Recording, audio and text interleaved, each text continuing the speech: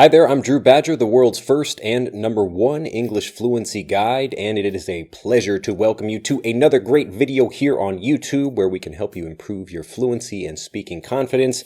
In this video, I want to talk about a very common problem that a lot of learners have and something I especially struggled with when I was first learning Japanese, and that is that I always use simple language, or at least the same few basic words over and over again in my sentences. So if you have problems with this, I'm going to give you some simple techniques that you can use to train yourself. Again, this is all about training. You have to practice. You have to develop the skills and the habits that actually help you speak fluently and automatically. So if you're just thinking about as just kind of a big thing that I make this point over and over again in the videos, is that you're not trying to learn information. You want to develop the habits and skills that help you communicate fluently. So that's why I don't want you to just watch videos and sit back and passively listen to everything. I try to give you tips and maybe some advice, some inspiration that can help you actually give you ways to practice and train and develop the way you speak. So in this video, let's talk about that. How do we go from just using simple, basic words and maybe a few phrases all the time, so when people ask you things, you reply with the same things, maybe they're the same basic phrases, or you even don't really, because you're nervous or because you don't know the words or whatever, you just don't feel like responding. Maybe you give one-word responses like yes, no, maybe, or I don't know, or something like that. So how do you go from that level up here to the fluent level, really where you can use lots of great expressions, especially things like idioms and interesting expressions? And it's really quite simple. The first part of it is really in the practicing and how you train yourself. And this is something that I discovered when I was first learning Japanese. And it's really the same thing no matter what language you're learning. But people will go through in a textbook and they will give you specific phrases that you should use in particular situations. Now, the problem with this is that most of these things, they are correct. It's all correct English. Actually, maybe some textbooks might have an error or two in them. We all make mistakes, but most of the time this is correct English, but it's often things that aren't really just very natural sounding that you would really hear native speakers use in movies or TV shows. And that's why you've got this difference between what's in a textbook or what's in a typical language lesson and what you actually see in movies, TV shows, and real conversations.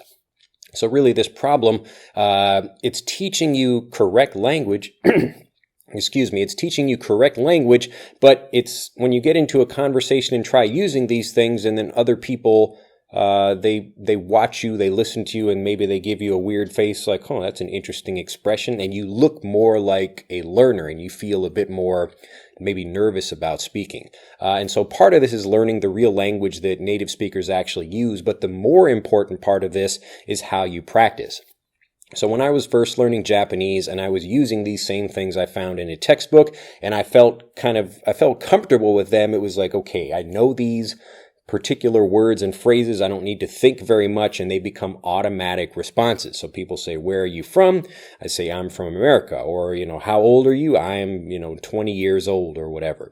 So people are asking me questions, and without thinking, I have the habit already of responding in these very basic ways. And actually, I feel a bit more nervous because at each level where you try to increase your way of speaking, you try to maybe increase the length of the words that you use or the number of words that you use. So anytime you're trying to move up to another level, it always makes you feel a little bit more uncomfortable. So you have to practice and force yourself to get into the habit in general of kind of pushing yourself up to these higher levels.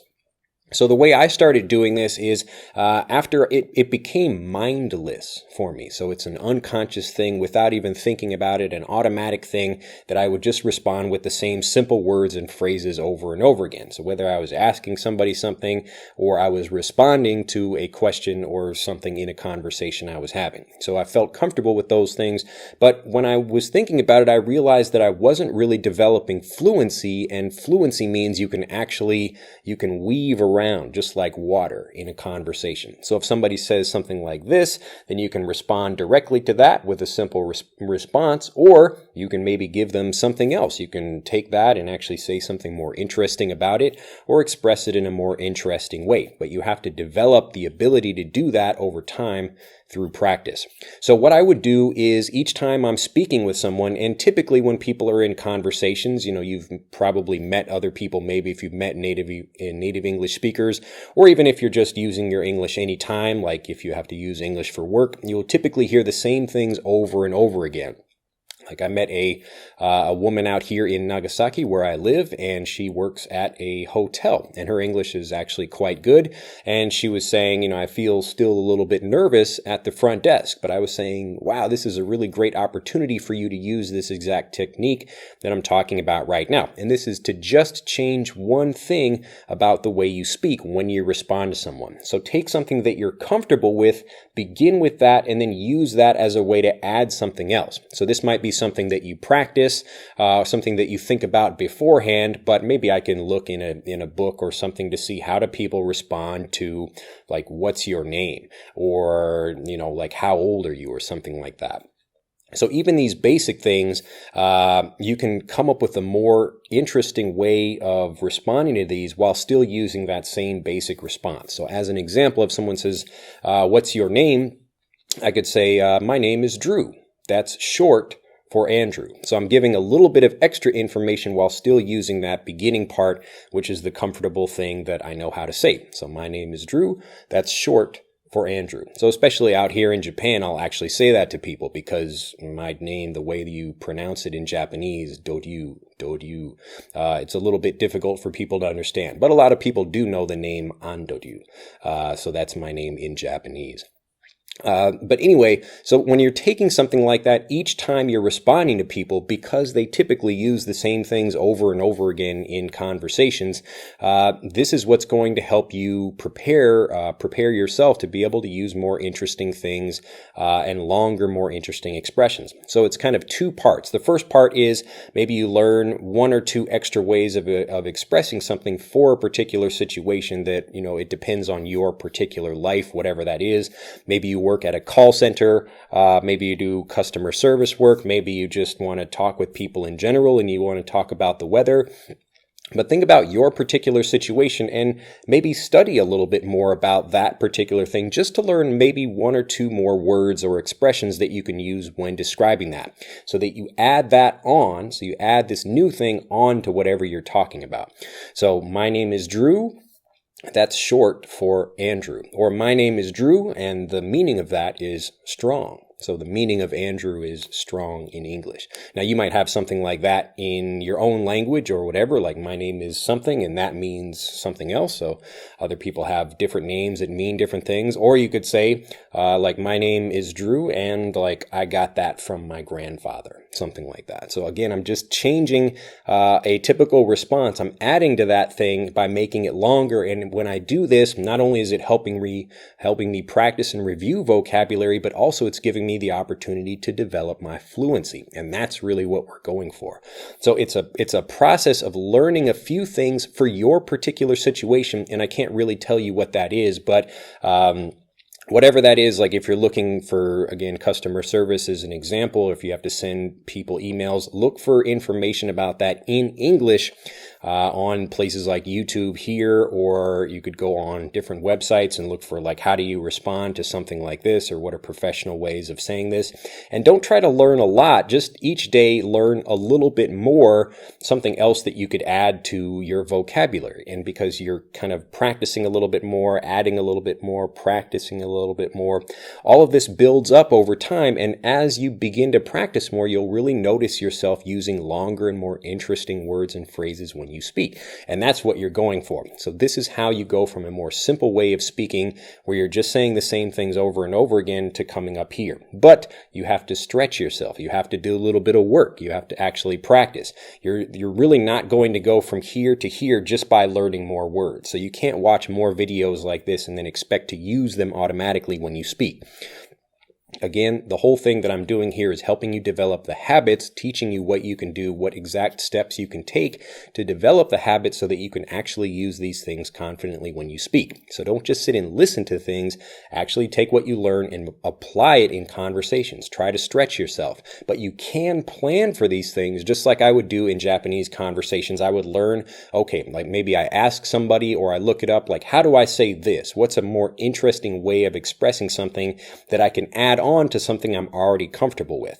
So my name is Drew. I'm comfortable with that. I've said that a million times in Japanese. I know how to say that. How can I add something a little bit more, interesting, something like that? And maybe the first time you try it, maybe you don't say it exactly correctly. It's okay. Just to understand that mistakes are going to be part of the process, but that's how you learn. It's like exercising, learning an instrument, learning a sport, or learning any other skill. It takes time and you learn as you go. But if you prepare a little bit, you'll feel much more confident when you get into conversations. So try this. Try stretching your vocabulary a little bit when you get into conversations, and this will help you use much more longer and interesting things because, again, you're planning for these things before you get into the conversation. You can even practice using them just like I'm practicing right now. My name is Drew. That's short for whatever. So maybe you have a name or like that's a nickname for something. So my name is Drew. That's short for Andrew. So something like that, practice a little bit by yourself, learn a few words, and then try applying these things. Even if you only do it in your writing, that's better than not doing anything at all. So do take your time, whether you're practicing in your writing or in your conversations, and you will feel yourself much more excited to speak because you will be using much more interesting, longer words and expressions. Well, I hope you have enjoyed this video. If you have, do click that like button and become a subscriber to the YouTube channel. Also, do share this video. If you know other people who also struggle, they complain about only using maybe a few simple words when they speak, and they want to be able to express themselves much more colorfully when they speak, tell them about this video and say, hey, you should watch this and you'll learn a little bit more about how to do that. And finally, if you'd like to learn more, not only about developing your vocabulary, but about fluency in general, click on the link in this video or on the link in the description below this video to take our free English fluency quiz. We'll listen to exactly what your specific problem is so we can tell you the exact steps you need to take in order to become fluent. Really, the whole idea of this quiz is that we have a bunch of different skills, a bunch of different habits that you need to develop, the 7 English fluency habits that I like to call. But all of these things, they work together. And the fastest way to develop fluency is to work on your weakest one. And that's why we ask you, what is the thing you struggle with the most? Because if you can improve that, then all of the other skills that you have begin to improve quickly, naturally. So it helps you become a really great speaker much faster. To do all this, click on the link in this video or again on the link on the description below this video. And I look forward to seeing you in the quiz. Have a fantastic day, and I'll see you in the next video. Bye-bye.